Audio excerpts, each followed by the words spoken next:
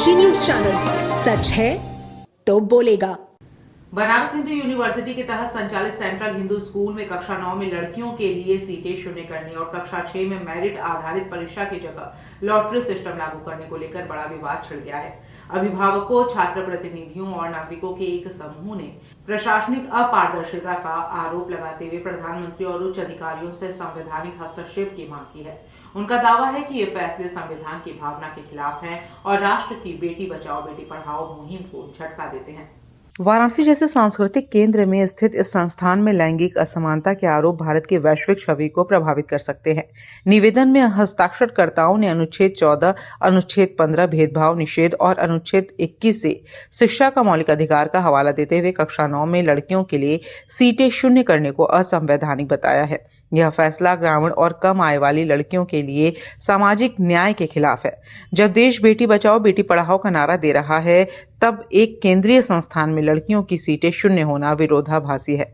निवेदन में कहा गया है कि हस्ताक्षरकर्ताओं का मानना है कि इससे विश्व गुरु भारत की अवधारणा पर सवाल उठते हैं, जहां समानता और न्याय सर्वोच्च है। कक्षा 6 में प्रवेश के लिए लॉटरी सिस्टम को भी आलोचना का शिकार बनाया गया है। परंपरागत रूप से मेरिट आधारित परीक्षा से चयन होता था, लेकिन अब लॉटरी अपनाने से मेहनती छात्रों का मनोबल टूट रहा है। निवेदन में कहा गया है, यह प्रक्रिया पारदर्शिता पर सवाल उठाती है और संस्थान की शैक्षणिक उत्कृष्टता को प्रभावित करती है। ग्रामीण छात्रों के सपनों को ठेस पहुंचती है, जो सीमित संसाधनों में भी आगे बढ़ना चाहते हैं। प्रशासनिक स्तर पर अपारदर्शिता और संवाद की कमी को भी प्रमुख मुद्दा बनाया गया है। लगातार बदलती नीतियां और अभिभावकों से कोई चर्चा न करने से असंतोष बढ़ा है, जो बीएचयू की विश्वसनीयता और वाराणसी की शैक्षणिक गरिमा को नुकसान पहुंचा रहा है। निवेदन में चेतावनी दी गई कि यदि केंद्रीय संस्थानों में समान अवसर कमजोर पड़ेंगे तो भारत की वैश्विक छवि धूमिल होगी। आज यहाँ पे कर क्या मामला है? देखिए, CHS BHU जो कि सेंट्रल हिंदू स्कूल जो काशी हिंदू विश्वविद्यालय का एक अपना संबद्ध विद्यालय है, यहाँ का बुलेटिन 16 फरवरी को जारी हुआ और उस बुलेटिन में तमाम विसंगतियां हैं, जिसमें 2 सबसे महत्वपूर्ण है।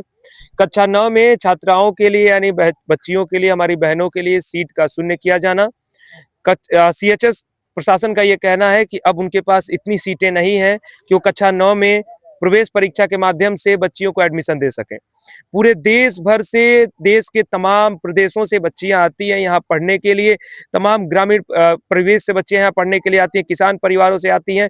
उन बच्चियों की जो भी कोशिश थी उस पर एक गहरा चोट किया गया है।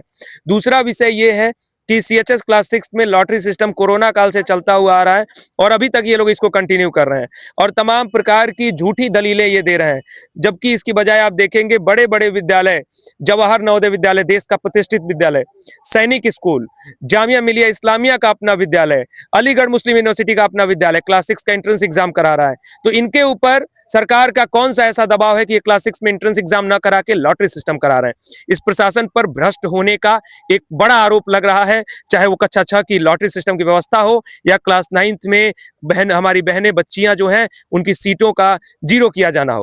पूरी तरह से ये प्रशासन निरंकुश है और इस तरीके का कार्य करके ये प्रशासन कहीं ना कहीं संविधान का विरोध कर रहा है और महिला विरोधी प्रशासन दिख रहा है।